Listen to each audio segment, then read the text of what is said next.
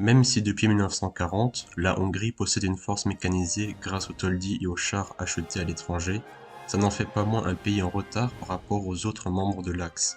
Pour améliorer ses divisions blindées, la Honved doit au plus vite s'équiper de chars moyens. Jusqu'ici, la Hongrie dépendait beaucoup de chars étrangers, venant principalement d'Allemagne et d'Italie. L'armée montre un intérêt pour le Panzer IV, mais la demande d'exploitation de la licence de fabrication est refusée par l'Allemagne. La Hongrie se tourne vers son allié commercial qu'est la Suède. En effet, Landsverk propose dans son catalogue un modèle de char appelé Lago. Les caractéristiques du char que propose le fabricant suédois sont plus que satisfaisantes et pourraient changer la donne du côté hongrois. Mais à ce moment-là, fabricants d'armement suédois ont commencé à prendre leur distance avec les pays alliés au Troisième Reich. D'ailleurs, l'industrie satellite du Troisième Reich n'est pas au beau fixe. La Hongrie digère mal la rétractation de la Suède, qui ne verra pas le moindre Lago dans son armée. C'est à l'Italie qu'ils vont acheter 180 exemplaires du Fiat M1139, déjà dépassé à l'époque. Malgré des achats auprès de pays étrangers, la nécessité de posséder un char moyen domestique se fait ressentir. La Honved va alors racler les fonds de tiroir et ressortir un LTVZ-35 capturé en mars 1939. L'Institut technique de l'armée va l'évaluer et constater sa fiabilité mécanique comme opérationnelle. Le point qui a convaincu l'Institut de s'intéresser au LTVZ-35 est que son fabricant, Skoda, est un partenaire de la Hongrie. En bonne entente, le fabricant tchèque accepte d'accorder une licence à la Hongrie. Skoda proposa alors leur seul char du moment disponible. C'est une version modernisée de leur LTVZ-38 appelée T21. En outre, la caisse et la tourelle ont été élargies. Un canon expérimental semi-automatique à 11 de 47 mm remplace l'ancien de 37 mm, un blindage frontal de 30 mm et latéral de 16 mm. Seul le train de roulement et la transmission sont inchangés. Les Hongrois prennent connaissance des détails de la licence en octobre 1939 et en 1940, une délégation se rend à Pilsen, dans les ateliers de Skoda pour négocier le contrat de production. Mais Skoda refuse de produire dans leurs usines les 180 exemplaires que demande la Hongrie. Elle est donc contrainte d'acheter la licence pour produire le T21 en Hongrie. Mais avant de conclure quoi que ce soit, ils souhaitent essayer le prototype. Le T21 était déjà essayé en Italie puis en Roumanie. Le tour de la Hongrie n'arrivera que en juin 1940 au centre d'essai du camp militaire du village de Hajmasker. Soucieux de la tenue de route et de la maniabilité de leurs chars, le T21 répond parfaitement aux exigences de la Honved. Conquise par le char, elle achète la licence de production en août 1940 pour 1,5 million de penge, soit environ 10 millions de dollars d'aujourd'hui. Après avoir choisi le char qui servira de base, le projet doit passer par plusieurs étapes avant d'être produit en série. Tout d'abord, le Touran doit être produit à 230 exemplaires pour la Honved. La production du Touran se fait dans plusieurs usines. Les industriels hongrois concernés sont Gans, Mavag, Manfred Weiss et Rabat. L'objectif premier du Touran est de remplacer le Toldi. Le Touran doit désormais être le char de combat de la Honved et laisser le Toldi aux missions de reconnaissance. Pour préparer le char au tir d'armes anti-char, le blindage frontal est augmenté à 50 mm. Les côtés sont épais de 35 mm et le dessus de 8 mm. En comparaison, le blindage du Touran est similaire au Panzer IV F1. Le moteur Skoda d'origine est remplacé par un moteur essence de Manfred Weiss, le V8 H4, de 260 chevaux. Le moteur est particulièrement rapide à démarrer, ce qui va dans le sens d'une bonne mobilité. Ce moteur est plus adapté à la masse du char qui atteint déjà 18 tonnes, et est armé d'un canon de 40 mm modèle 41M et de deux mitrailleuses de 8 mm. Les commandes et la direction ont été pensées pour faciliter le pilotage, comme avec la boîte de vitesse mécano-pneumatique. La nouvelle transmission fournit au char 5 rapports avant et 5 rapports arrière, ce qui permet au Touran de rouler à la même vitesse en marche avant comme en marche arrière.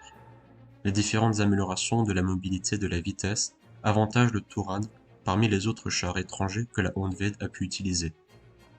Pour la sécurité de l'équipage, 2 trappes, une de chaque côté de la tourelle, ont été installées pour permettre à 2 hommes de sortir de la tourelle en même temps. Un détail, mais qui peut se révéler utile en cas de nécessité. Les 5 membres d'équipage ont tous un périscope à leur disposition, afin de surveiller l'environnement à 360 degrés. Le chef de char en a 2 pour son tourello, ainsi qu'une trappe. En plus de bien voir, l'équipage a tout l'équipement disponible pour bien communiquer. Leurs casques sont équipés d'écouteurs reliés à un interphone central. De plus, les Touranes sont tous équipés de 2 radios modèle R5, une pour le commandant et une pour l'opérateur radio, installées à l'avant gauche du char. La standardisation de l'équipement radio permet à la Honvéd d'équiper ses chars de radio, facilitant la communication intervéhicule. Cependant, la faible protection du Touran le rend totalement inefficace face à un T-34, qui percerait facilement le blindage quasi vertical des plaques d'acier utilisées. Ces plaques sont rivetées alors que les blindés du moment ont recours à des surfaces monoblocs beaucoup plus résistantes aux impacts et éclats. Les fonderies qui s'occupent de la fabrication des plaques d'acier ne peuvent pas produire de plaques de 5 cm. Pour ce faire, ils superposent 2 plaques de 25 mm et 35 mm. Par ce procédé, le blindage avant atteint parfois 60 mm au lieu de 50 mm. Cependant, les obus perforants peuvent tout de même percer le blindage, et l'acier utilisé reste fragile aux impacts d'obus explosifs. En mars 1941, l'assemblage du premier prototype du Touran 1 débute dans les ateliers de Manfred Weiss. Le prototype est terminé en juillet 1941.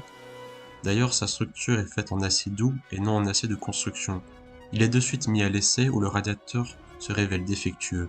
La transmission est également trop fragile et sensible aux actions du pilote. De multiples modifications sont faites durant le reste de l'année. En mai 1942, le Touran 1 est enfin prêt à être produit.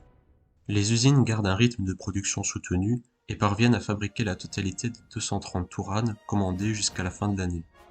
Le Touran 1 n'a pas à rougir face aux T-28 et T-70, ou les quelques BT-7 restants. Mais en 1943, ce sont les T-34 qui changent la donne sur le front de l'Est. Une nouvelle commande est passée, mais elle ne sera pas achevée pour économiser l'acier nécessaire à sa fabrication.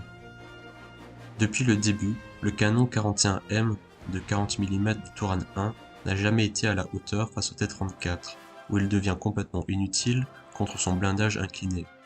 La Honvéd décide d'utiliser un obusier de 75 mm qui peut être monté dans les Touran 1. En 1942, les modifications nécessaires de la tourelle afin d'accueillir la pièce sont effectuées sur un 40M. La tourelle est agrandie en hauteur pour faire de la place au canon, d'où l'ajout d'une plaque inclinée sur le toit devant le tourello. Après les modifications, la masse du char atteint maintenant 19 tonnes. Il est renommé 41M Touran 2 et il est considéré comme un char lourd par rapport à son canon, mais en réalité son blindage léger confirme qu'il n'en est pas un malgré ses dimensions. La production du 41M Touran 2 commence début 1943. Les premiers exemplaires sortent des ateliers en juillet. Heureusement, les usines hongroises sont très efficaces et 139 unités sont achevées en juin 1944. Mais la production est violemment interrompue par les bombardements ravageurs des Alliés des sites industriels hongrois, situés principalement autour de Budapest. Pour continuer la production de Touran 2, des Touran 1 en réparation sont convertis avec le canon de 75 mm. En tout et pour tout, c'est un total de 180 Touran 2 qui seront fabriqués. Comme les Toldi, les Touran 1 et 2 ont le droit à leur Schutzhülle.